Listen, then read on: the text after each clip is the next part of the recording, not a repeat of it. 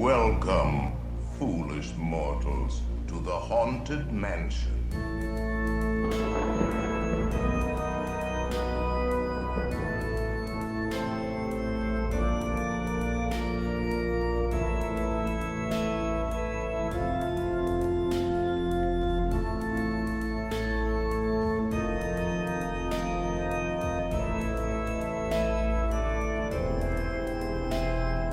There we are. Welcome, everybody. Welcome.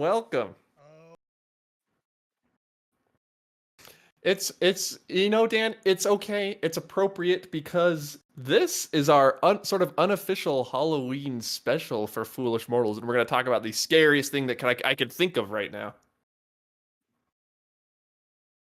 Bob Chapek's Wall Street Journal. I mean Disney Cruise Line.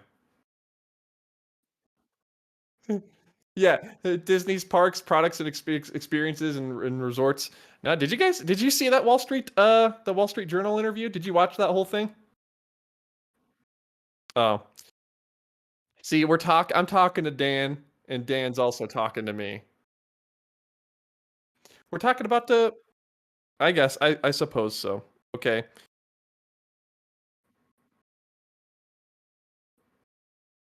Has it been,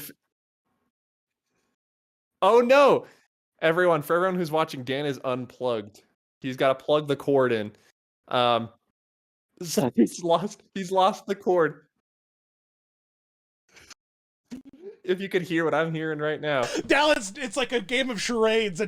I know, I have to guess the syllables. How are we looking now, everybody? Are we looking? Can people hear me now? Good? Is it coming out of this one? Wait, Dallin, how could you hear me before, I wonder?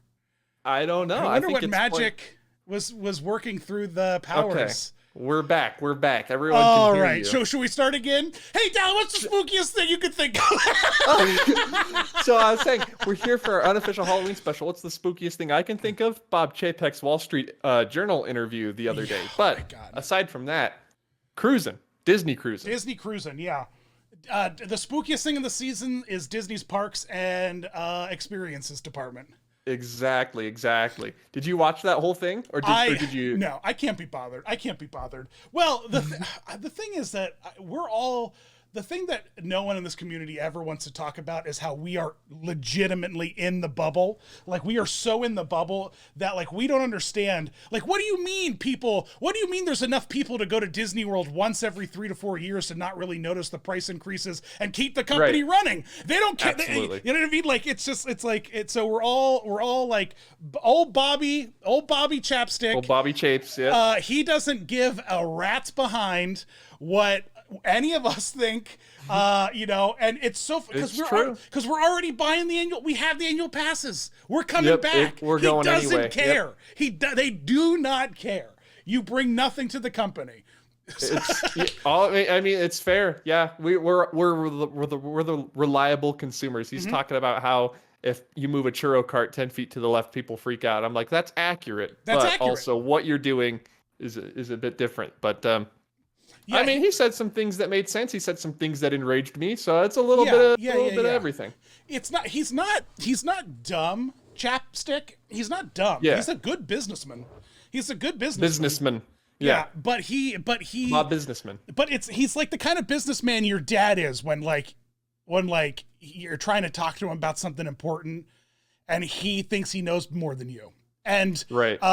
He might know more than me. I don't know. I don't have the numbers, but like it's just like talking to an old guy. That's all. He's got a lot of old guyisms.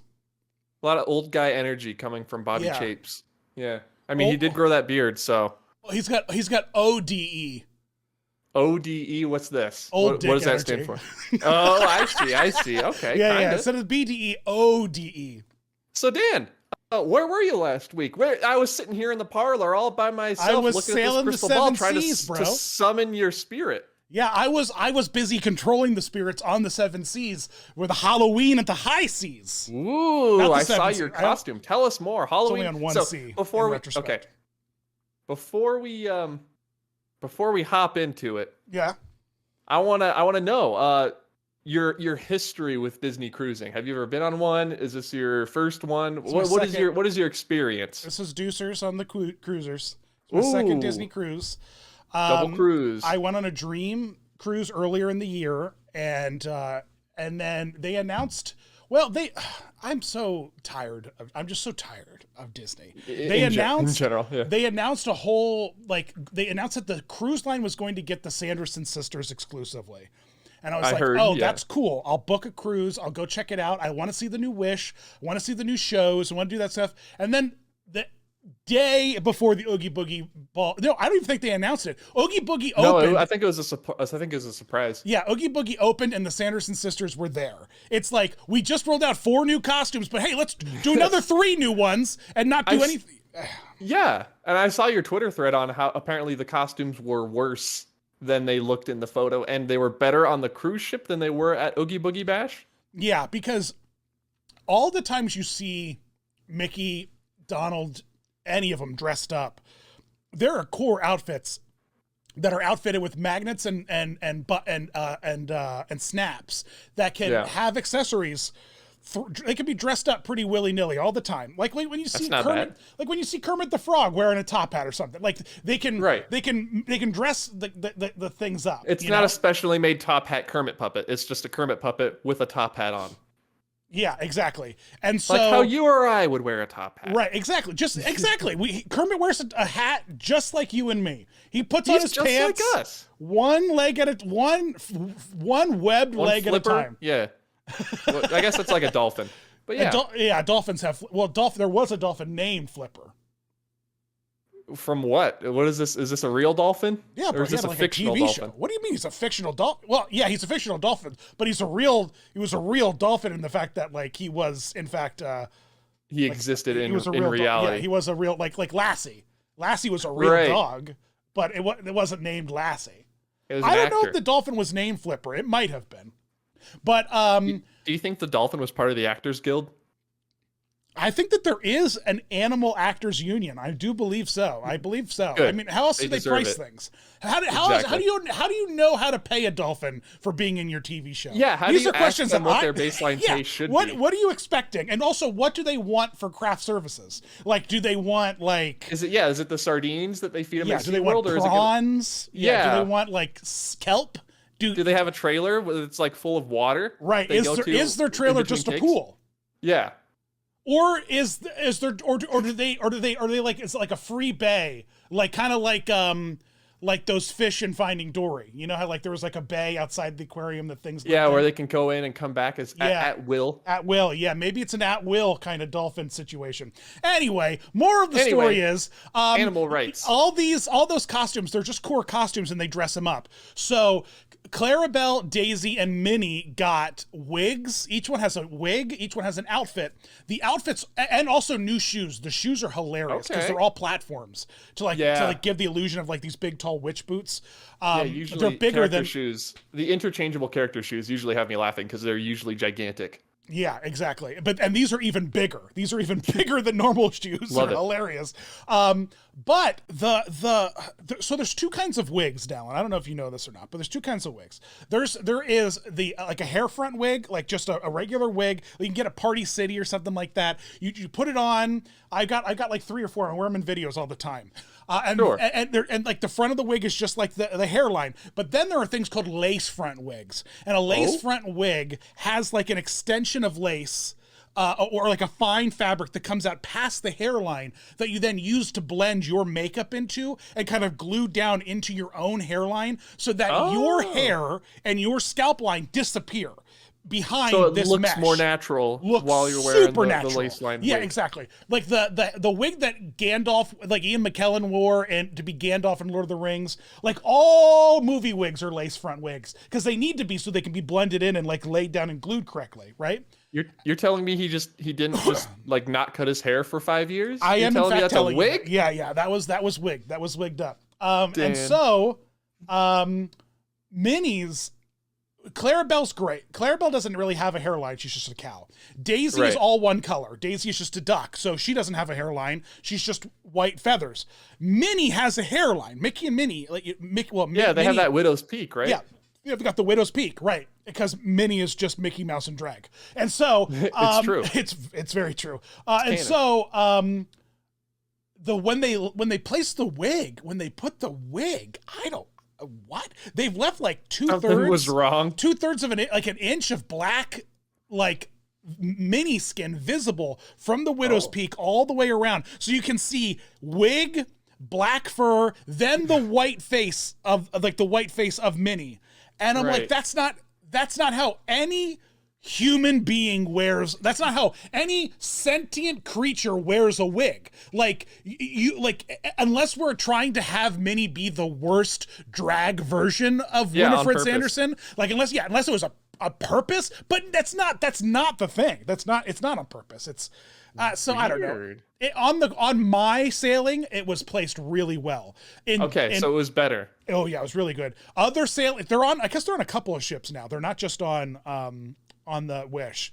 Other ships, the placement's been pretty wonky. And at Oogie Boogie Bash, it looks awful. It just looks awful. I heard it was awful. Yeah, I didn't see them at Oogie Boogie Bash when I was there, but I heard it was not good. Yeah, I did not see them at Oogie Boogie Bash either. I didn't do that hustle because you actively avoided them because you didn't want to see. Well, I knew I was going to see them on the boat, so I was just like, well, why waste my? Because Oogie Boogie Bash is a tight party. It's not like Not So Scary. Like those trick or treat trails, you've got to accomplish. You've got to move. You know, and if you can't enjoy any ride, you have very little time to enjoy rides and stuff at Oogie Boogie. It's a tight, it's like a 4 hour thing. The only time I've ever felt pressed for time to like make the most out of an extra event, I don't ever really feel that way at Oogie Boogie. I just kind of do stuff until it ends. But like the Haunted Mansion 50th at Disneyland from like midnight to 3 a.m., that was 3 hours, and it was like you have to choose what you want to do and where you want to go and who you want to meet. Because it was only 3 hours. It was crazy. Exactly. It was so much fun. So I was on the Wish, and I met the Sanderson sisters. What really impressed me about the Sanderson sisters meet and greet is the characterizations of the cast members inside each of those costumes. So I was wondering about how they do that. Yeah. I didn't see Clarabelle, Minnie, and Daisy. I saw the Sanderson sisters, like spirits embodying 3 animals on a cruise ship. That's so interesting. So Mary Sanderson, Kathleen and Jimmy, the one with the crazy one. Clarabelle was hilarious. She was clumsy. She was silly. And then Daisy as I can't. I know that one because she is Sarah because her name is Sarah in real life, and they just said that's fine. We'll just keep that right. name. Oh yeah, that's right. They're like but she was like all flirty and like ditzy and like silly on the side, and then Winifred in the middle. Minnie Winifred had all of these really great. Yeah, she was all business, and she was always casting spells, and she was always very like high and tight and proper. The characterizations of each of them were like amazing, really. I think that's something Disney should really double down on in the future, is doing Disney characters, the Fab Five classic Disney characters, as other Disney characters. I feel like that'd be really fun. The Muppet of it all, like the Muppets of it all. Pirates, Muppet, Christmas Carol, Treasure Island, Wizard of Oz, taking characters we know and placing them into other characters. And Disney, we do this, right? Because they do it sometimes. Mickey had a Christmas Carol, and Mickey had a Three Musketeers, but like doing it with property, and also we did it with Star Wars too. Yeah, Star Wars. I was going to say, I remember there was like some Pirates of the Caribbean stuff where Mickey would be Jack Sparrow maybe a while ago, and then Star Wars mainly. Marvel too. We did it a little bit. They all have like costumey versions of character things, which is fun. I love that. The Star Wars one, we got to talk about the fact that we dressed Mickey and Minnie up as kissing siblings, though. Everyone's like, no, Mickey's just a Jedi. He's just a Jedi. Only Minnie is Princess Leia. It's like, bro, that is 100% a Luke Skywalker. No one's showing up being like, oh, I wonder if Mickey Mouse was Mace Windu. No, he's Luke Skywalker. He's the hero. He's the hero. He is. Who would you have Minnie be if not Luke's if not Leia? Because I feel like Minnie's the obvious Leia. Have Mickey be someone else that's not Luke. I don't know. Right. Who would you cast? Honestly, it would be low-key hilarious if like Daisy was Leia and Mickey was Luke and Donald. There you go. If Mickey was Han, wait. If Mickey was Han, Daisy was Leia, Donald was Luke. A Luke Donald. There you go. I would just be, but Donald's so full of hate and anger. He's a very He would angry be pulled duck. to the dark side so quickly, it wouldn't even be funny. Oh, that would be so great. Do like a mini Ahsoka or something like that. I'd love to see how Disney would pull that off. Yes, Dallin, exactly. Mini as Ahsoka. She's already got the Widow's Peak. Perfect for that. And then we could make a fun Ahsoka headpiece and then really improperly put it on her for the entire time she's in the parks. Yeah, just like kind of... I love it. I love it. So Dan, walk me through. Do you have anything about the Wish? Anything you're curious about? Have you cruised? We're talking about costumes, which is interesting and fun. I have a lot of questions about the Wish. So first off, did you do any days at the old WDW while you were down there before or after? I wanted to. I did too. I did a little Disney Springs. I got some gluten-free fish and chips at that fish and chip place. I saw them make cotton candy. It wasn't really compelling TikTok material for me to record and then play backwards and narrate. So I love those. I love those TikToks of yours. So no, I didn't. Rob Plays got married over the weekend, and so I was at Rob's. Wow. I was at Rob's wedding. Congratulations. Yeah, to Rob Plays. Yep, congratulations to Rob. So dude, the Wish is you know that feeling you get at the end of like a 4 or 5 day Disney vacation with your family. And I'm not saying like you solo, Dallin, but like the one where like your girlfriend's there, maybe your mom's there. Somewhere where like people are like, oh, I'm buying my ticket.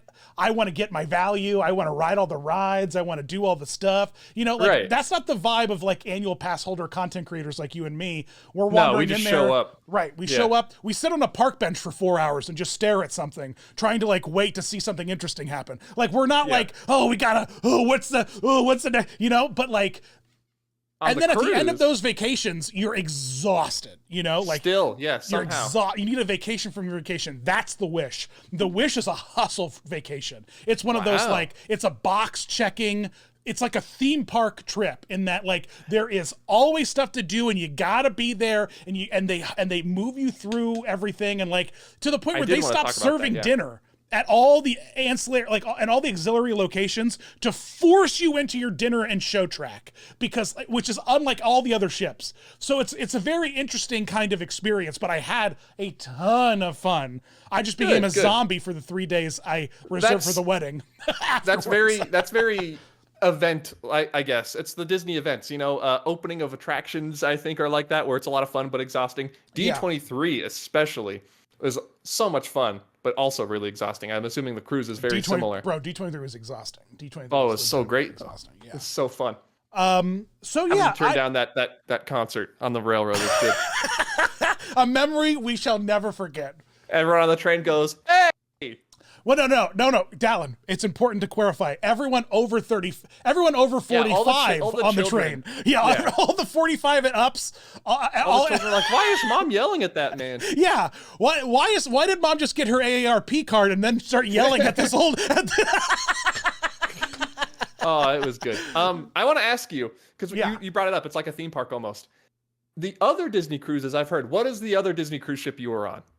The Dream. I was on the Dream. The Dream. Okay. I've heard the Wish is very much from multiple sources. It's like Disney's trying to bring in that theme park crowd, the people who usually go to the parks onto the cruise. 1000%. It's a millennial Gen Z Instagrammable, like it is the purple wall of cruise ships. Oh, the purple wall. Don't get me started. Yeah, the Disney Wish is just the purple wall. We have a spooky, like ours is scarier. Ours is spooky, and it's got poorly green screened pixelated fog. It's just like the real Haunted Mansion. Yeah, just like the real Haunted. Well, this is Techno Mist here, so it's more like Splash Mountain. The more I think about it, you know. So all right, that's fair. Yeah, more like Splash Mountain. Oh, the mist! I can't wait to see what they do with the mist.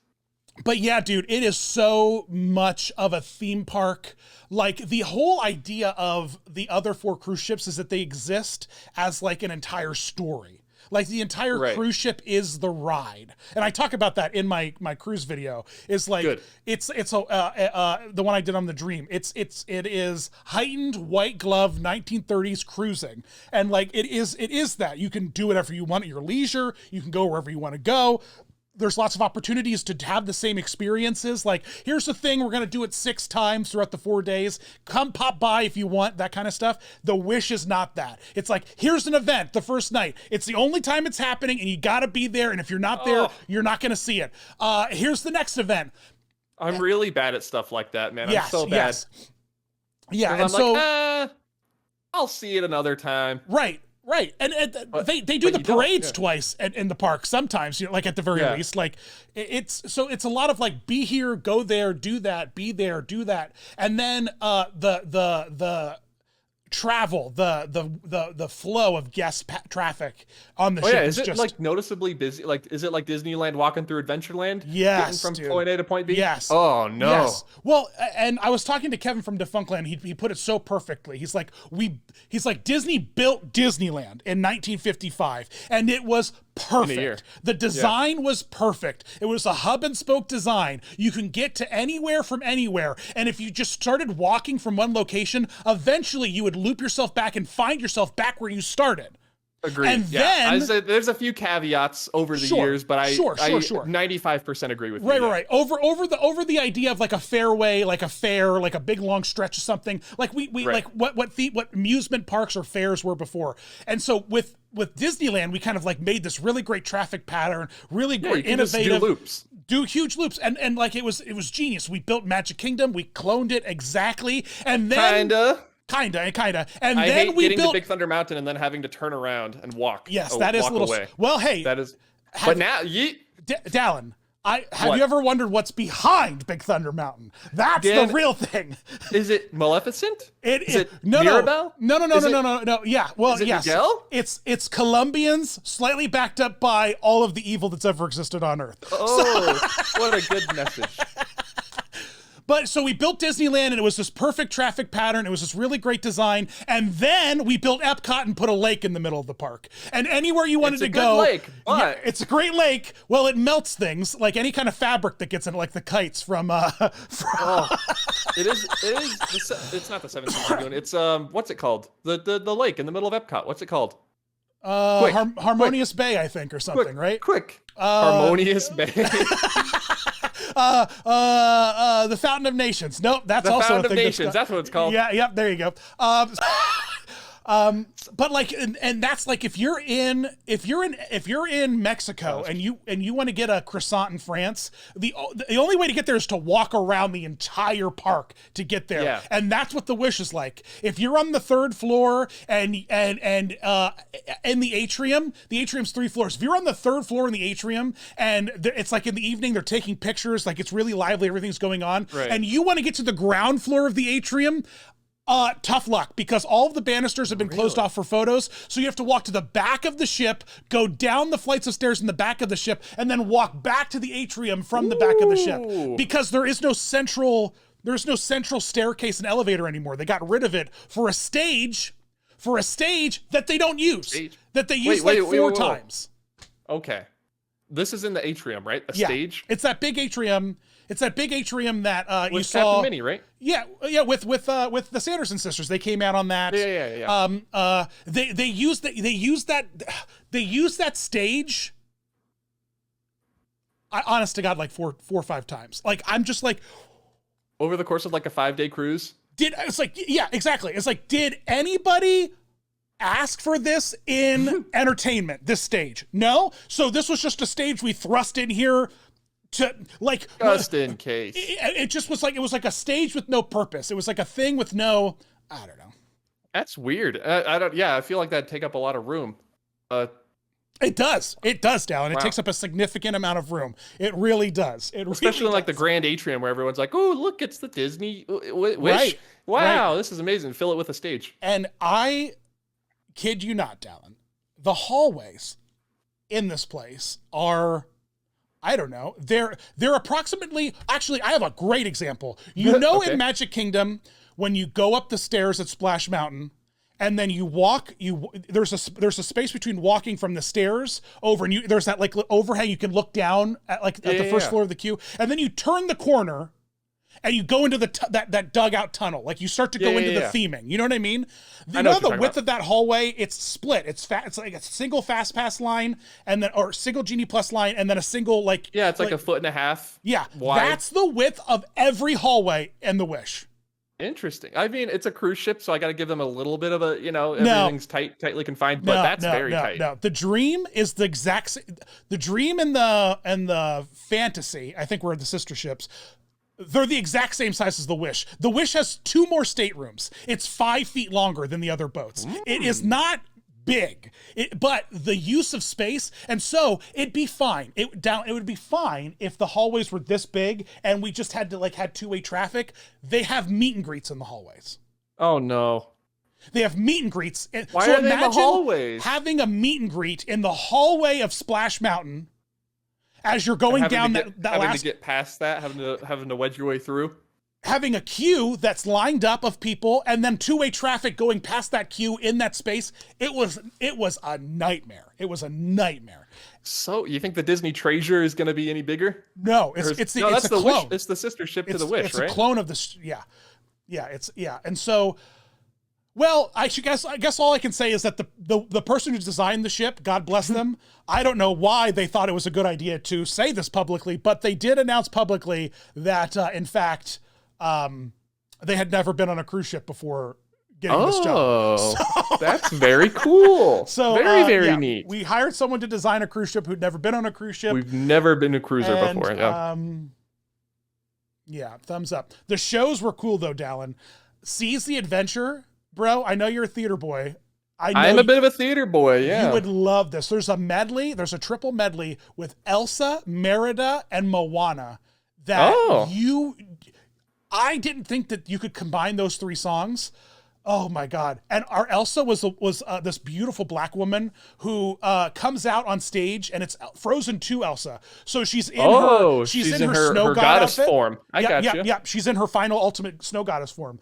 And so she's got this big, long, beautiful white wig, this beautiful long white dress with long sleeves and stuff like that. And she comes up on stage and her back's to us. And we're all like, oh, Elsa! And then she turns around and she's black. And the entire audience collectively was like, there was a gasp? There was like this moment of like, everyone was like, oh God, here we go. Let's go. And then she smashed it. Smashed it. Because that gasp was, there was a collection of like, I don't want to like presume, but I'll say that there was a mixture of like woke, like yes girl, and a mixture of like diswoke, like what, not my Elsa. There was a lot of that energy in that gasp, in that moment. And then she proved everyone wrong. But then, Dallin, she smashed it so hard, I started to cry. And like, I was like I tweeted, I was overwhelmed with emotion.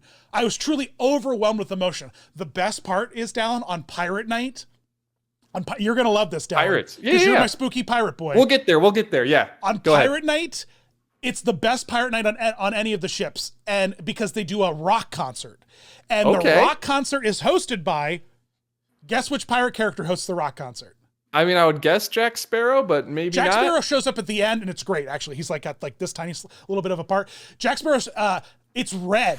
It's Pirate Red. Oh, from Disneyland and Walt Disney World. Right, and the Elsa track from the show's Entertainment Cast 1, there's 2 entertainment casts on the ship. Entertainment Cast 1, the Elsa track, one of her side duties is playing Red on Pirate Night. Oh, and really? So she destroyed again, man. It was so good. That's awesome. The cast was incredible on this thing. I love Red. That'd be really cool. Yeah, man. Yeah, it's really, really great. Yeah, I need to see it. I need to go on a cruise because it's getting cheaper to go on a Disney cruise than it is to go to a Disney park for 5 days. I know, right? Oh my God, it's kind of ridiculous. They brought out 3. Actually, I'm interested. I need to like look. They brought out 3 pirate captains at the end of. There's a whole story. She has really? Red has like this map. And the pirate show leads to the fireworks. like the fireworks at sea. Right. And all the other, like on the, well, I shouldn't say all the other, on the Dream, it was like, there was just like sea shanties. Like they were interacting with kids. Fun. They're like, what's your name, kid? And it's like, my name's Sean. And they're like, yo ho, Sean, you know, likes to yawn or whatever. Like they like rhyme the name. But this, it was like the story that built up. And at the end, 3 captains come out. This captain all dressed in gray, looked a little bit like Rainn Wilson. This female captain, I think that they were maybe captains from the 3rd pirate movie come out, and they need 3 pirate captains to like activate the mystical curse that will make that's the treasure that'll make the fireworks that come is the to life. Fireworks. Right. And so then Jack Sparrow appears at the end, slides down, and then Red's like, oh, we're all here now, and she has this really cool like map prop that starts to like glow and shoots a firework off, and then all the fireworks start. It's kind of dope. That is really neat. I like that's reminiscent of like the compass prop from the Disneyland Fantasmic. I really like that, the glowing compass. Yes, it's like the glowing compass, exactly. Yeah. I love that. Let's rewind a little bit. It's called the World Showcase Lagoon. Okay, now we'll fast forward again. I remembered that while we were talking, and I was like, I have to tell him. It's just called the World Showcase Lagoon, brought to you by sulfur. Brought to you by metal barges. I like the barges. I mean, I don't like the barges. I like the show. I think the show merits the barges. I would appreciate it if they could move them in and out like they used to with illuminations. But now we're getting sidetracked. Dan, this is the most important part for me. Though, didn't it? I think one caught on fire. I don't know if it burnt down. But not one of the teardrop ones. Like it was just a little barge, like firework barge, right? I think so. I think so. So much. I mean, it's been going on still, so it's obvious. It's okay. Yeah. It's the most important part of the cruise for me, Dan. How was the food? Which restaurants did you go to? What was your favorite? What are some highlights? We got to talk about Marvel, man. We got to talk about World of Marvel. Yeah, the Avengers Test Kitchen or whatever it's called. Arguably, probably one of my favorite meals of the 3 that I had, of the 4. It was a 4 night. Someone in the chat asked if the rock show is akin to the Mad Tea Party at Disneyland, and yes, it is. It has a lot of that energy. Oh, cool. Yeah, it has a lot of that energy. So World of Marvel, man. World of Marvel, that's what it's called. World of Marvel was bananas. It's like they had such high hopes and then could not execute on anything. I noticed how they could only get Scott Lang and Hope. What are their names? Scott Lang and Hope Van Dyne. Paul Rudd and Evangeline Lilly. Those are the only 2 they could get. Yeah, Paul Rudd and anti-vaxxer Evangeline Lilly. Of course. No, bro. They have new Captain America. We had Miss Marvel. We had Captain I was talking Marvel. about just like on the screen, like as the actual MCU actors. But do the heroes come out and greet you? Do they? No, bro. On the screen, in addition, Miss Marvel, really? Miss Marvel, Captain Marvel, Falcon America. They got those 3, and then I'm trying to think. And Ultron comes back. Ultron. Yes, Ultron comes back. So they kind of link Pym particles to Ultron, which is. I was about to ask you because nice. This is an Avengers Disney attraction thing, kind of in the parks experiences and products. Did you pick up any pieces that may incline you to believe that this is the same universe as Avengers Campus in California? I assume it is. Specifically, because Ant-Man is essentially Pym Kitchens is the Applebee's of the MCU. So they're everywhere. They're all connected. You know what I mean? He expanded. He's franchising these things now. Yeah. Of all the characters, oh god, it's all Kevin and I talk about. When we talk about this, it's just, but okay, so they can make the food big or small or fun or you would think that, Dallin. You would think that they could make the food big or small, but you are not remotely prepared for the limitations of a cruise ship kitchen and and what we can and can't do, because all the fun stuff in Avengers Campus, like giant pretzels and huge sandwiches and whatever. No, none of it. None of it. It was like I went to Ant-Man's wedding. I just got like a piece of like prime rib with like some mashed potatoes and like a little sauce. The only cool thing was the rolls. The rolls were like tie-dyed, swirly red things. That's neat. But other than that, there was no like gimmick. Like they didn't use the gimmick at all. Interesting. Yeah, it was kind of no just gimmick at all. Except for the end when Ant-Man comes out, he's like, "Y'all did such a good job. helping me defeat defeated Ultron. I got a surprise eating. for you. And we're all like, surprise. And he's like, it's giant fiberglass food. Wait, so they just bring him out, walk around with it, and then walk away? Yep, all of our servers are tasked with carrying a large, heavy prop. And so that if you need a refill in your drink or something during this, you're not going to get one because it's over. All of your they hoopty-doo, like at the end of hoopty-doo, all the waiters come out with, like, they're part of the show. They come out with the strawberry shortcake. But it's like hoopty-doo in that respect, except it's Ant-Man and it's fiberglass and you can't eat any of it. So no.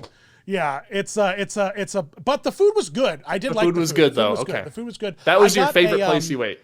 I got a gigantic can of Coke Zero. Nice. Which was clever. I like that.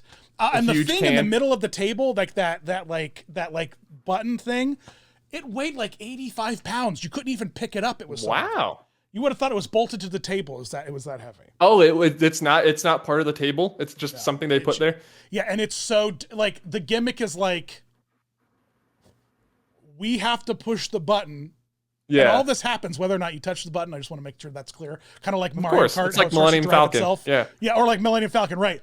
And you push the button, it just vibrates the table a little bit.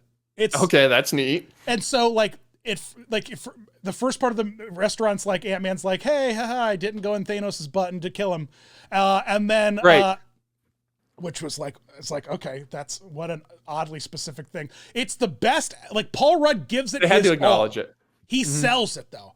Paul Rudd destroys in this compared to every other.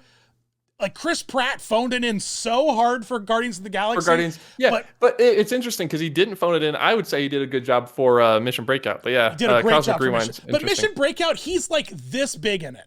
Like it's Rocket. Like Bradley Cooper worked his ass off. Yeah, Rocket's definitely the main character of Mission Breakout for sure. Yeah. So, but it's hilarious because at a certain point, Ultron comes back. He just comes, he's just back. I don't via a screen, or is this a character in like an outfit? No, via the screen.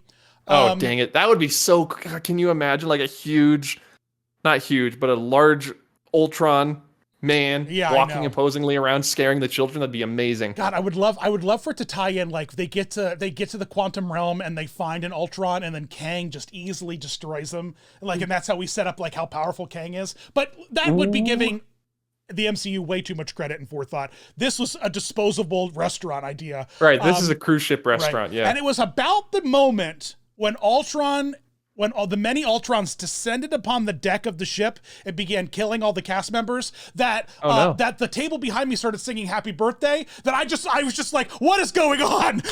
That's interesting. That is a very interesting time. Yeah, there's unprecedented loss of life. Yep. And the merriest birthdays. Yes. It's like we couldn't say to the staff, like, hey guys, 2-hour dining experience, free, just go ham. Do whatever you want. Right. But there's about 3 minutes right before we drop dessert that everyone needs to be kind of calm because a robot's killing everybody. Don't worry. Lots of characters going to come in, going to save the day, but there's going to be a significant loss of life up on deck 11. And so during that we're going to diffuse that. Yeah. We're going to diffuse that tension. I think I was recording it. I cannot. Oh man, I need to see it. I have to go back and look at because it was truly a divine moment. I felt so blessed. That sounds amazing. I would kill to be there in that moment specifically. Right then and there, instantly, nail on the head why you don't need a Marvel restaurant. Why you can't have high stakes in a restaurant, in an Applebee's. You know what I mean? That's the thing. Where waiters walk around and go, happy birthday from everyone to you. You know, we can't. And Deck 11 is on fire. Yeah. Deck 11 is on fire. The reanimated metallic vibranium corpses of the entire enemies of the Avengers Iron Legion 2 has descended upon the Disney Wish. Yeah. Disney's new flagship. You know, but don't worry, they've got got Captain Marvel. We got a birthday cupcake for right. We got a birthday. Becky just turned 34. Happy birthday to everyone for you. That sounds, because I guess they don't really run into that problem at Pym Test Kitchen in California Adventure because there's not really a plot. It's just like a Pym-run restaurant. There's not a story. The biggest conflict at Pym's Tetchkiss and Disneyland is, will the next pretzel that goes in the hole go big or small? That's the only conflict that you have. Which is fun to watch, granted. Super fun to watch. Yeah. Dallin, if you were going to do a Marvel, I'm putting you on the spot. If you were going to do a Marvel restaurant, what would you do? A Marvel-themed restaurant. Yeah, what would you do? I think I've already come prepared with my answer, so... I think Pym's is a really good idea. You could argue Guardians of the Galaxy because they have fun, wacky space foods, but that's also kind of being done right now at Galaxy's Edge with the fun, wacky space foods. When do they eat wacky food in Guardians? Volume 2. Guardians of the Galaxy Volume 2. Yeah, Drax is always eating. Yeah. There's Zarg nuts and there's fruits and there's a bunch of other stuff. That's true. That's a good point. That's actually a really fair point. They're actually bringing the Zarg nuts into California Adventure soon. What park are they at right now? They're somewhere, aren't they? Are they there? They're either coming soon or they're there. I think it's just like, it's kind of like... It's like Cracker Jacks, I believe. Almost. Yeah. But I just saw someone tweet maybe it was New York Comic Con. They had like a stand. Oh yeah, there was a preview of them. Yeah. Yeah. New York Comic Con. Yeah, they're coming to California Adventure soon. That's really cool. Ooh, I'm trying to think. Maybe like they're already kind of doing this also. I think a Wakanda themed restaurant would be amazing. A Wakanda themed restaurant. Just do Sanaa, and just make everything black and purple. Exactly. I'd make it everything all techie. Yeah. Oh my God. That'd be amazing. I would literally become deceased if that was I think that's my answer. I think that's either that or like a good old home cooking Wanda's Sokovia gumbo pot. You're close just to my a bunch idea. of You're close to Sokovian my Eastern idea. European. You ready for my idea? All right, go for it. It is a WandaVision dining experience. Okay, so you retheme 50s primetime cafe. No. It's more than that. Each corner of the dining experience is clearly being phased into different decades. So you have a 50s deck corner, you have a 60s corner, 70s corner, but it's instead of sitcoms, it's cooking shows. It's cooking shows and so it's Tony and Bruce in a 60s cooking show making like appetizers, and then at the end of that segment, what they make is on the menu. Like we can eat this, like the salads and stuff, and then it's Hankin, and then it's Ant-Man and the Wasp making lunch, making the entrees, like in like an 80s like Emerald kind of Bam thing or something, and like they're dressed up and like they're all put into the scenarios, and like what they cook comes out to us, and like we get to interact with it, and then the stakes are that like, oh, will they be able to make? And then at the end, they all have to come together and defeat Wanda at the very, very end, right? Through the powers of dessert. But that's the thing. We don't have to make the restaurant an adventure. Through the power of dessert. Yeah. And the marketing material, the t-shirts, they sell t-shirts and like pins and stuff for this World of Marvel experience. And it is very clear that all of that material was designed far before the final product was ever rendered, because it is not the same thing. It's generic Avengers symbols. It's, promo prints. And weirdly, Dallin, maybe the weirdest goddamn thing I saw on the entire boat was that they were selling accessory kits for the spider bots. Wait, for the California Adventure spider bots? Yes. That you can purchase only in California from the cruise ship that you boarded on from Florida. Bingo, baby. Bingo. And the box for those, you know how big those things are. And the accessory kits are essentially like they have the Wakanda accessory kits, all kinds of stuff. And they don't sell the spider bots, just the accessories? No, just and not even all the accessories, just a surplus of Wakanda spider bot skins. That's very strange. Because sell the spider bots. If you're going to do that, sell the spider bots. Yeah, sell the spider bots. Like, weird. Come on. Yeah. All right. So tell me about Arendelle. I heard that Olaf was not present. Well, Olaf was a disappointment. The first animatronic ever at sea didn't work. Besides Remy, of course. But continue. Remy was on a boat. Yeah, Remy's. It was on one of the original two, Magic or Wonder, and there was a restaurant with Remy. And they used they take the top off. They used Epcot Remy. Okay. Well, I guess Remy. That wasn't exclusively made for the cruise. They were making a big deal about Olaf. Okay. I mean, Olaf has an animatronic already at Epcot, but continue. Right. He does have but this is a mobile animal. It's more like Muppet Mobile Labs, this thing, like it can move. Okay. I do like that. It can move, except it doesn't Is it work. Josh Gad or is it a puppeteer doing the voice? Oh, it's Josh Gad. It's Josh Gad. Yeah. Josh Gad is so eloquently said at D23. He's our modern Angela Lansbury. He will just be That's Olaf true. until he dies, just like she was Mrs. Potts until she died. I want to see the timeline where Josh Gad got accepted for that Jungle Cruise skipper position at the Magic Kingdom or for Disneyland.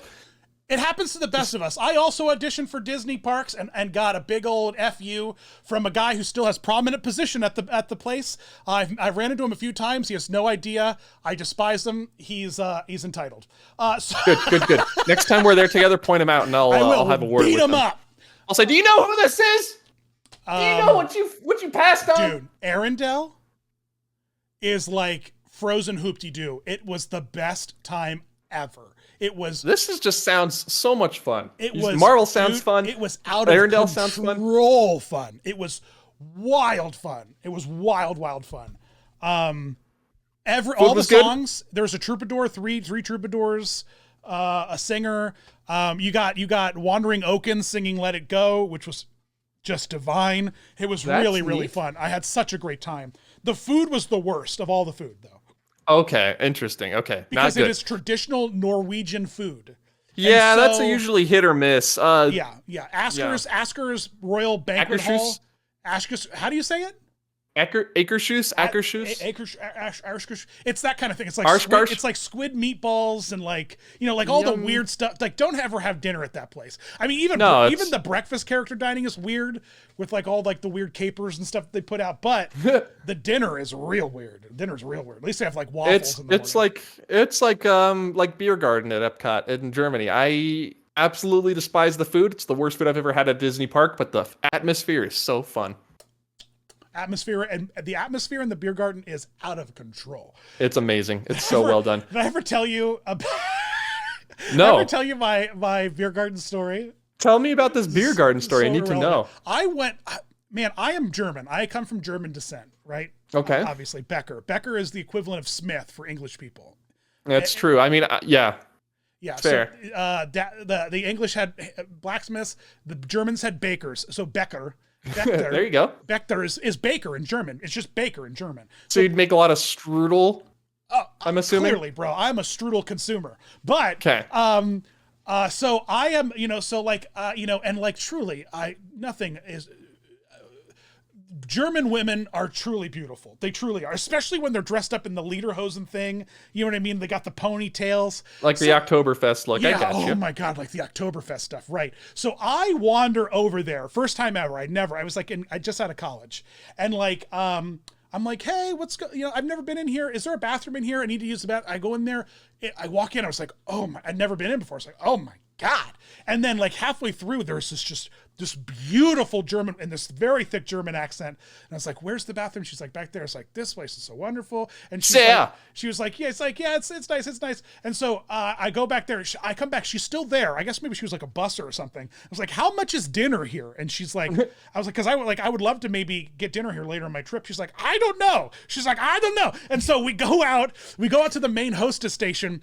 There's no one there. So she starts kind of rifling through, and it's kind of funny. We have this 2-3 minute kind of interaction where she's looking to find a price and she doesn't know. And so eventually she looks up and turns around and I look up and I turn around because I'm like, well, I guess I'm not getting the answer. And I am suddenly surrounded by the entire hostess staff of the beer garden, which is nothing but 20 to 25-year-old, the college program German. Yeah. The cultural representative college program right, kids. I say kids. I'm 24. And I just look up and I'm just like, oh my God. And I literally, all I could say out loud was just like, you were all so beautiful. And that's the thing. They all just start laughing. They all start laughing like, oh, thank you. You're so sweet. You're so sweet. I'm like, I have to get out of here. I can't exist in a space like this. Every time me and my wife would go on Frozen Ever After pre-COVID when the cultural representatives were still there and it was full of just Nordic Swedish people. They're like, you guys are why are you doing here? You're all models. You're all models. Go do modeling. Stunning. They're all stunning people. Yeah, stunning people. Great. But yeah, Arendelle is just Frozen Hoop-de-Doo. Okay. I could not get enough of it. I had such a great time. I really did. Now, the third restaurant, because I need to know about the food. The third restaurant I want to talk about, the one that interests me the most because it's not really a dinner show, it's not really super hyper themed like Marvel or Frozen, is 1923, Dan. Talk to me about 1923. Did you go? 1923 is super themed. They have a door. They have an entrance if you're a Roy Disney fan, and they have an entrance if you're a Walt Disney fan. Like there are literally two doors that say Walt Disney and Roy Disney that you can either go into. I'm fans of both of them for different reasons. Both for different reasons, right? I'll have to ask for an alternate entrance. Packed with display cases, curated display cases of recreations of animation maquettes, of animation cells, of finalized art, of references, of color palettes. Real, truly, freaking beautifully curated, and kind of like a metro, like a museum, like the Metropolitan Museum in New York. Yeah. It's gorgeous. It's all fake. None of it's real, and that's an important thing to remember. It's all like recreations or replicas. Right, exactly. It's all they hired some some art firm to like put these together. I'm sure. Okay. Or maybe it was done in house by some Imagineers. I'm sure. But it is really beautiful. The food is great. The atmosphere is really great. It's very tight. It's very Art Deco, Great Gatsby, flapper. I do like Art Deco. In fact, my girlfriend got a flapper dress, and I wore like a nice suit, and like we kind of really went in, like leaned into it because the restaurant's beautiful. And a lot of people do. A lot of people dress up in 30s, like kind of 20s and 30s flapper, like gangster kind of stuff when they eat there. But the food there was great. It was very much your typical kind of like brown derby kind of food. You know what I mean? Like, ooh, okay, that's all you had to say. And like potatoes and stuff like that. So, yeah. All right. Well, what else really stood out to you? We could talk about Halloween at Sea. Lounge? Hyperspace Lounge. Yeah, I'd assume that's just a lesser version of Oga's, but tell me what's different about it. Yeah, it's kind of a lesser. It's kind of like a lesser version of the Galactic Star Cruiser, if you want to be honest. Because I've never been. Did you go? Have you been on the Star Cruiser? Yeah, bro. You want to go together? I was about to say I don't feel like we would have talked about this at some point if you have. Yeah, we should go together. We'll have a story. We're galactic brothers. Yes. Foolish Jedi. Yeah, we're foolish Jedi. Yeah. We were make a kicked whole day out of it. We were kicked out of the Jedi Academy for accidentally cutting off each other's legs.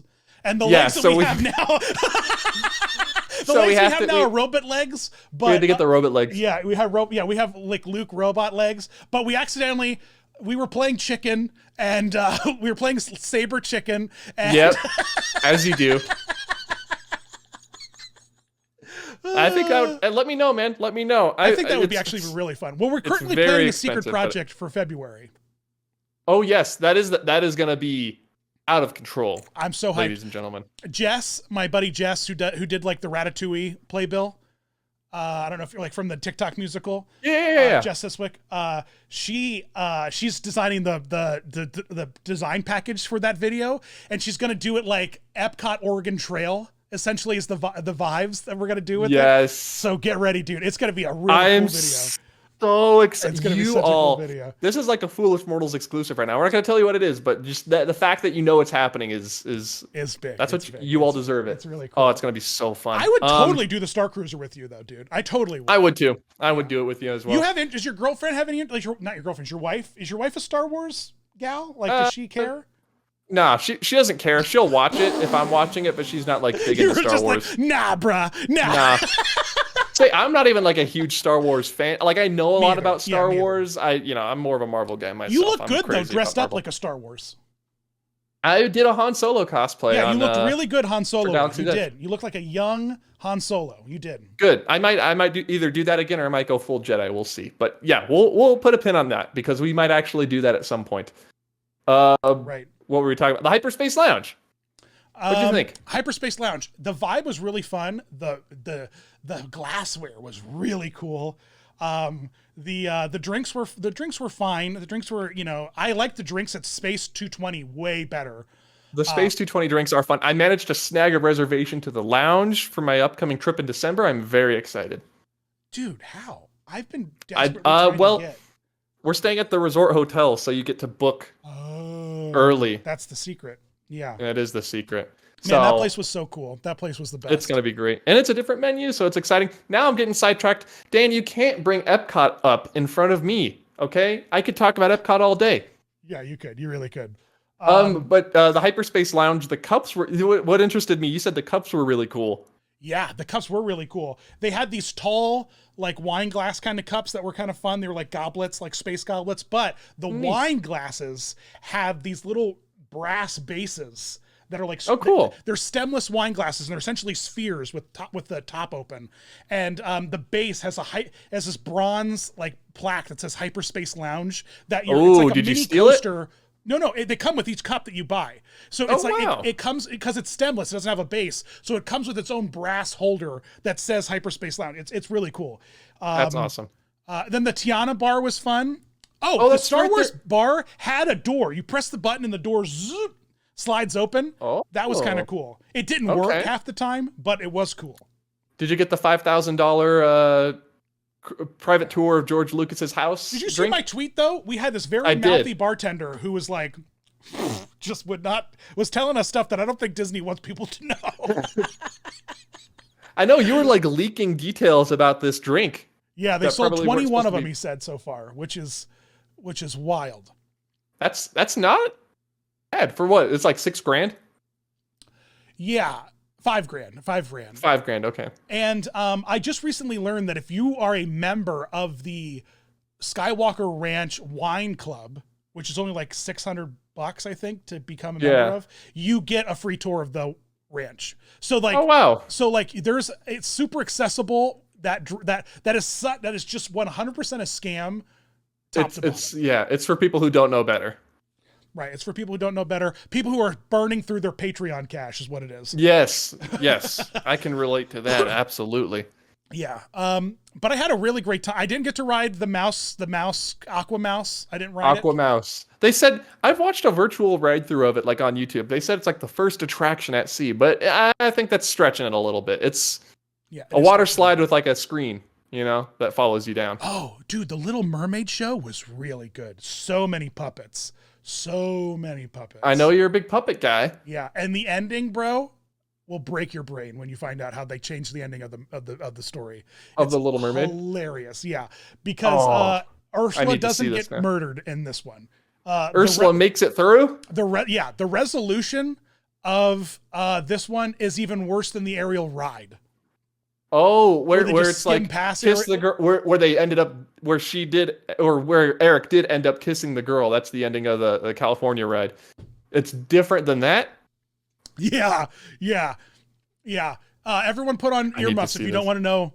Yeah, spoiler alert. I need to know. But like at the end of the show, Ariel gets her voice back. Okay. Because, they break the shell or whatever. But it's too late because Ursula has the trident and she's the new sea god. Sure. But in what I can only describe as like, whoever wrote this must have been a huge Harry Potter fan because it's the exact same way Harry Potter ends. The trident knows its loyalty to the Ariel the Trident Ariel family. And so Ariel uses the power of her voice and she goes, ah, and the trident bursts from Ursula's hands and floats over to Ariel. Like Thor's hammer. Yep.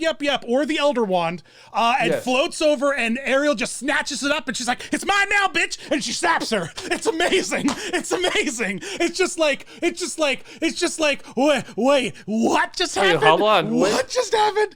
And then the best part was the whole time her costume broke. So she was holding the costume together because it was her first. That's the other thing. It was the whole ship's first, it was their all debut. We got there on Wish 2's cast. So the whole cast had been rotated for all the shows, all the restaurants, everything. It was a whole new staff across the board. It was bananas.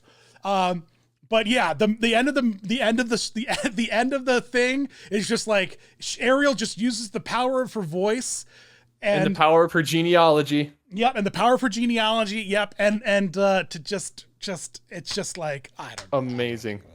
Man, it was bananas. I said some bad words in this podcast. I'm sorry about that, but you know what? Deal with it. It's all right. This is Foolish Mortals After Dark at this point, as far as I'm concerned. Yeah. And then Aladdin was fun. Aladdin, that's right. I was thinking Beauty and the Beast for some reason. That's on a different ship, I believe. It is. It's on the Dream. The Dream. That's right. Aladdin. They remastered it. Yeah, it's a live action. It's a live action retelling of the live action remake. Right. It's interesting. Right. Yeah. Essentially, more or less, kind of.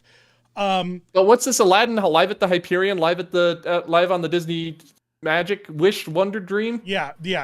My favorite. The show started at 6. It's a 1-hour show, right? The scene happens where the genie's like, "All right, Al, you got one more wish left. It's time for you to wish me free." And Al's like, "I don't know, Genie. I might need another wish. Jasmine likes this version of me that you've made." You know, we all know. Right? Yeah. It's the story of Aladdin. And so from that point, we have the whole Jafar gets the lamp. Jafar banishes Aladdin. Jafar then wishes to become the Sultan, to become a sorcerer, to become a genie. Aladdin tricks him. There's a battle. There's a whole thing. There's a lot of plot to happen from that point, right? Right. One would argue. I was thinking to myself, I was like, oh, okay, we're well into the show now. What time is it? I look at my phone. I swear to God, at the point at which Aladdin is like, "I don't know, Genie, I might need another wish," it was 6:53. Wow. And I'm like, we have 6 minutes. Did they wrap it up in time? Bro, it was the fastest resolution. It was worse than the Little Mermaid ride, bro. It can't be worse. It cannot be worse than the actual Broadway version of Aladdin. I saw it off Broadway, obviously, but the ending of the Broadway version of Aladdin is so incredibly rushed. We were like, what? Yeah, it is like that though. But it is like that. Literally everything. Jafar's 3 wishes, the lamp, the genie being freed. A whole new world. How did they do Jafar's transformation? Because in the Broadway one, he just has like 3 layers on, and they just pull it off, and then he goes away into the lamp. Yeah, it's kind of like that. It's essentially that. Oh no, it's worse than that, Dallin. Oh no! I just remembered. No, it's worse than that. What happens is the Sultan is wearing this what are those cool things that people wear full of diamonds, bling? The Sultan is wearing Sultan bling. Yeah, he's wearing Sultan bling, and it's like a big like tear-shaped bling thing. Okay. And so when Jafar's like, "I wish to be Sultan," he turned both the Sultan and Jafar turn up stage, and the Sultan rips his necklace off, and Jafar velcros one to his chest, and they both turn around. He goes, "All right, you're Sultan now. Here you go." And all the while, the Sultan, the guy who plays the Sultan, has no pockets in his costume. So he has no place to stash the thing that's just been magicked off him and stuck onto the new Sultan. So he just holds it. He holds it for the rest of the time he's on stage. It's amazing. It's out of this world. Wow. That just goes to show, people talk about, I miss it so much. But that just goes to show how amazing, how incredible the Hyperion show was. Absolutely. Dude, when better than Jafar Broadway. wishes to be a genie, Better than Broadway, no joke. That moment where he explodes from the pit in this huge tornado. Yeah, the genie Jafar. Yeah. Oh, that's what I was thinking. I was just like, holy crap. Does anyone else seeing this? That's such a cool moment. Such a cool beat. So good. It was a video screen. He turns into this low res, like 1990s. Yeah, 720p. Worse than 720p, bro. 480? He looks like 480? He looked like one of those cutscenes in like Command and Conquer from like 1999. He like wiggled out. He's all red, and he's just like, and like everything is slow. Everything is slow motion and low frame rate, and he's like, oh. No. Did the genie at least get to do some improv or no? Yeah, he made lots of jokes. Lots of jokes. He's like, one of my favorite ones was like, he's like, "Everyone, let's give it up for Aladdin. We casted an 8 to play. He's only an 8, but when he's dressed up, boy, is he 10. I was just oh my God. I love Genie. Oh my God. Genie. It was good. He made some Genie Plus jokes, which was great. Good. Yeah, he made some Genie Plus jokes. The jokes were very tame. We got done with and my girlfriend's like, how did they get away with like all those jokes? Like they really made fun of Disney. It's like they didn't make fun of anything. You've never seen the Hyperion show, obviously. Well, yeah, those genies went hard. They went in. One of them has a TikTok. I follow him. He's amazing. He talks. Oh, really? Will you send it to me? I would love to. Yeah, they filmed every show, so he shares a lot of his old jokes that he made over the years. Yeah, they got political in the Hyperion one. They ragged on the CEO. They talked crap about the Disney movies. It was amazing. I love the Hyperion show. Yeah, he made a joke about the prices of everything. He made a couple jokes, but it was good. It was good. It was really good. It was fun. So a lot of ups, a lot of downs of this cruise experience. Yeah.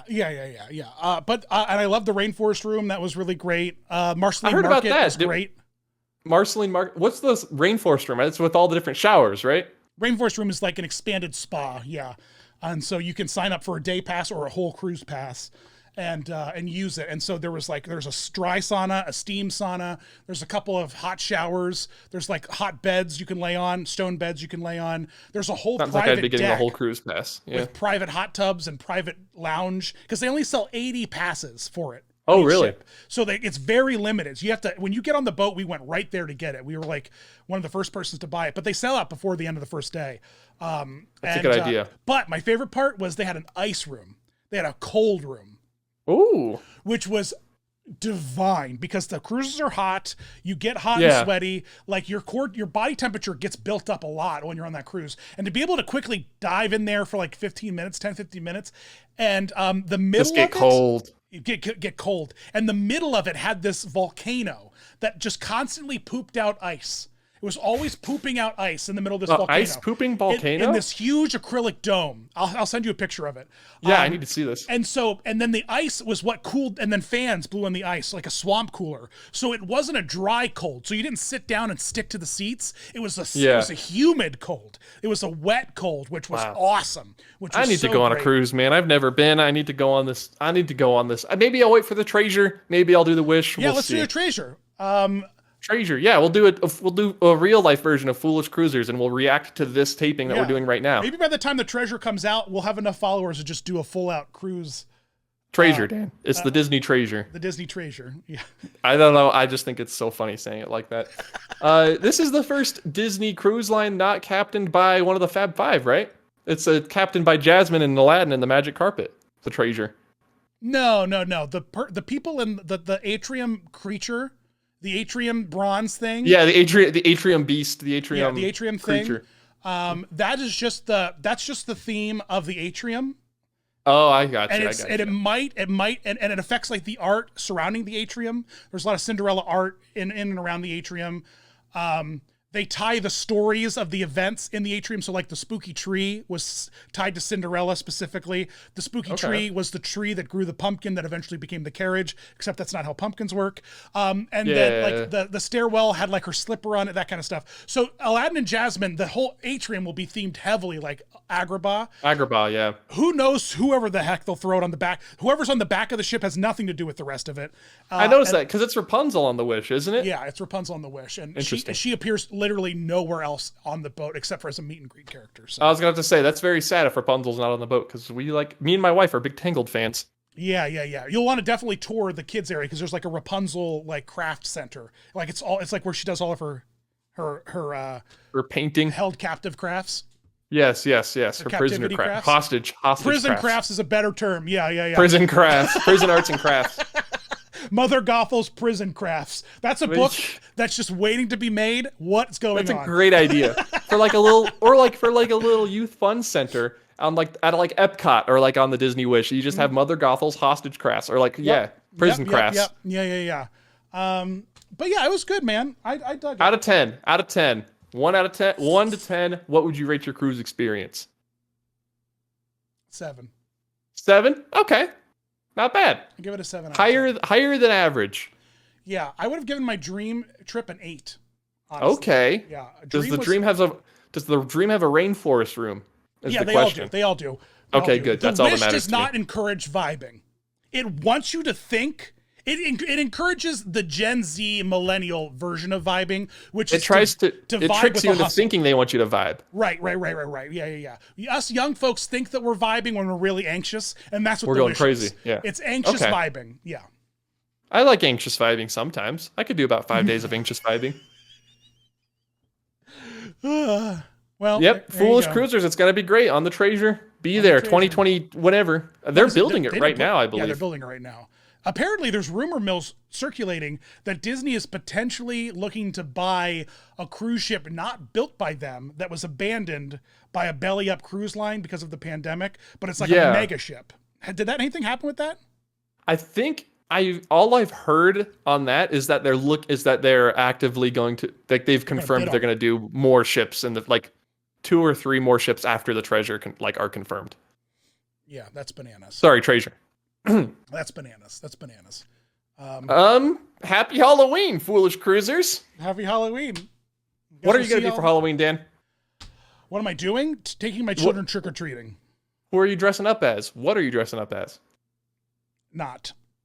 My kids are Luna Walter Lovegood Not? and Spider-Gwen.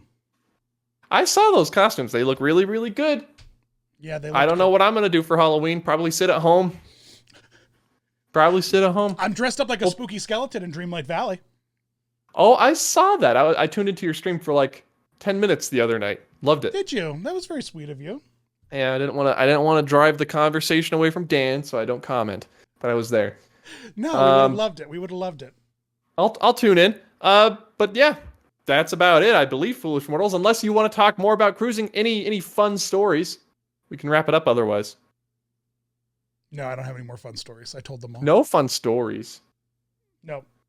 Let's say you missed out on the Aqua Mouse. Missed out on the Aqua Mouse. It stunk.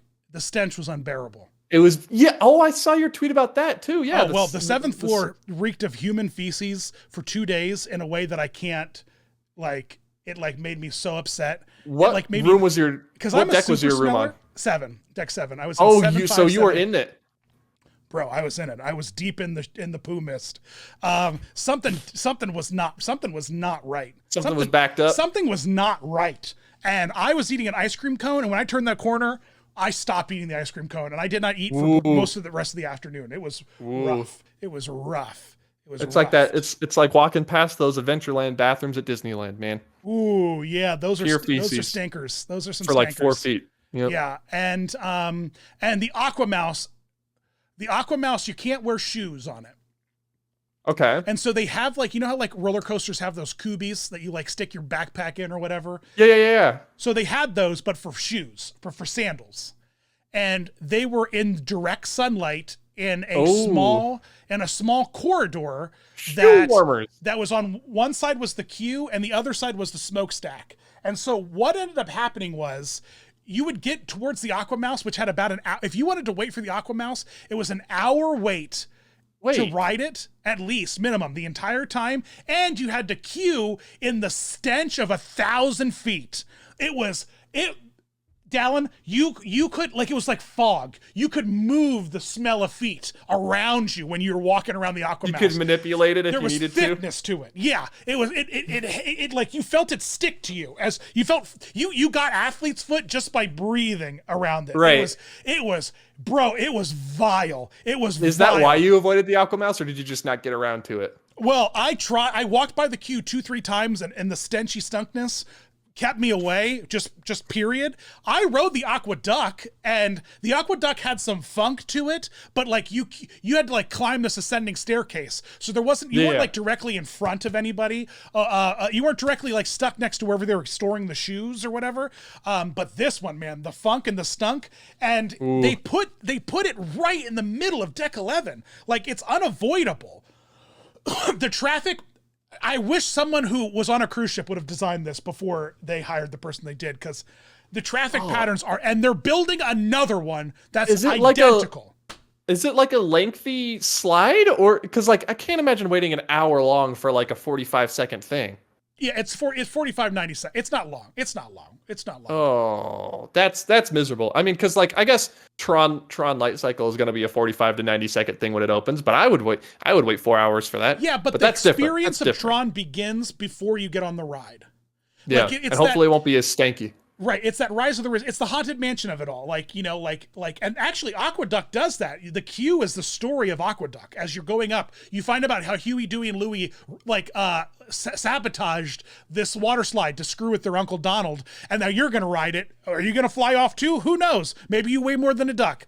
And so there's story there, and the experience begins when you start to queue up. The Aqua Mouse, it's not worth the exchange. I don't think. It was. Let's watch a video on YouTube. Got it. Yeah, or the putridness. The stink was out of control. And also, not just the stink there, but the hygiene of guests. And I'm not one. That's a whole Foolish Mortals episode to talk about trashing on Disney guests. I walked into the regular, and I'm a big guy, but I am hyper aware of the way I smell. Oh yeah, and my cleanliness. I'm showering regularly, multiple times a day. Everyone who knows me knows that I try to maintain a proper smell. And if I detect because I'm a super smeller, as previously mentioned, if I detect a waft of my funk, I'm like, oh, I've got to go. I got to retreat. I got to retreat. I've got to correct. Right. Fix. Yeah, exactly. No awareness whatsoever when you are a Disney guest of that, apparently. Just goes right out the window. The funky funk de-dunk that I smelled. Oh. It was man, I don't know, man. I don't know. It was funky. Rough. But next time, we'll experience the funk together. And I was like, you were just in a pool. You were literally just rinsing off. How do you still smell? Some people can pull it off. Some people have the skills. I adore you, Dallin. You're my favorite person. This was great. We got Jasmine. You got Jasmine and Abu in chat talking about how it's so bad. Yeah. Oh, Jasmine and Abu. It was. I think the only reason they've tuned in it was just to hear me talk about the stank of the 7th floor, because it was vile. It was Jasmine vile. and Abu has their priorities straight. This was fun, Dan, and for those of you who are still watching, stay tuned, man. Stay tuned for February. It's going to be insane. It's going to be absolutely crazy. Well, going to be really great. Happy Halloween, everyone. I hope your decorations are up. I hope your candy is stocked up. I hope you are playing your Hocus Pocus 2 on your Disney Plus. I got mini Mr. Beast bars to hand out. Mini Mr. Beast bars? Yeah, if kids come up and they're like, if I like their costume, I'm gonna be like, Mr. Beast bar for you. And the kids are gonna be like, kids are gonna go crazy, yeah. Mr. Beast bar. Mr. Beast, yeah. See, not much of a thing out here in the American West, Mr. Beast. I guess unless you get to California, but no, bro, I assure you, Mr. Beast is a thing. You were just 10 years too old to enjoy him. Oh, that's true too. I know of Mr. Beast. I've watched a couple Mr. Beast videos. He's a great guy. The people who watch Mr. Beast are also watching our videos. It's not we are not the ones watching Mr. Beast. Right. But he's cool. He's just a couple states south of me. I would love to. We should try to get his attention. What we should try to think of something big and stupid we could do to get his attention. To get because I would play hide and seek in like a mall for $10,000 or something like that. That's something you and I would be golden at. To be like a Mr. I mean, when he did the Squid Games or something. To be one of those contestants, you and I would be gold. Think about it. We could do one of those private business parties at California Adventure or at what park do they do them at Disney World? I don't know. Do they do Magic Kingdom there, or is it just? You can run any of the parks. Yeah, we'll pull together all the Disney YouTubers and we'll play a big game of hide and seek or tag or freeze tag or something. Mr. Beast is sleeping on that idea, man. That's a and a Disney park idea. And have the rides be fair game too. Since we're renting it out, rides are going to be empty. Have that be fair game. Fair game, right? Exactly. Ooh, that'd be or capture the flag in a Disney park. Have someone be or King of the Frontierland, and then the other side, someone be in Tomorrowland. Have their bases, Yeah. You have a base for each land. So there's a Fantasyland base. Yeah, a we'll split up base. 4 or 5 teams. Yep. Most flags at the end of the night wins. Yellow shoes. Mr. Beast wearing yellow shoes. Mr. Beast shoes. Call us up. Blue shoes, I guess. He's blue shoes. All right, everybody, let's wrap it up. Hurry back. Thanks for tuning in. Happy Halloween. Happy Hollow Scream. Happy Hollow Scream. Happy Hollow Scream. Happy Halloween. Happy birthday to Ultron. Welcome, foolish mortals, to the Haunted Mansion.